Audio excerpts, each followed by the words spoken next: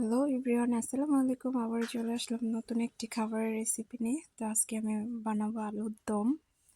তো আমি ফার্স্ট আলুগুলোকে স্লাইস করে কেটে ভালোভাবে ধুয়ে এবার সিদ্ধ বসিয়ে দেব।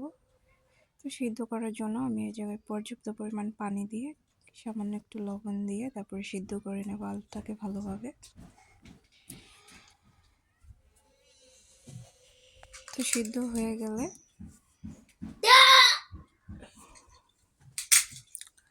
তো আলুটা আমার সিদ্ধ হয়ে গেছে। এবার আমি আলুটা বাগারে কাজ করব।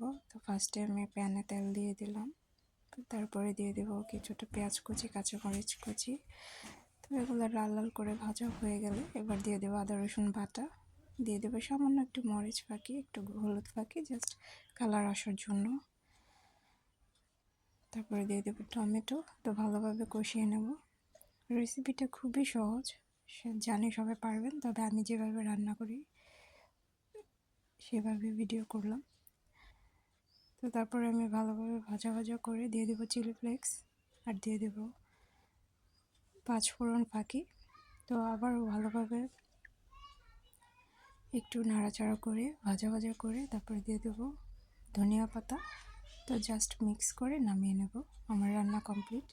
খুবই সহজ। ভালো লাগলে লাইক কমেন্ট শেয়ার করবেন। আল্লাহ হাফেজ।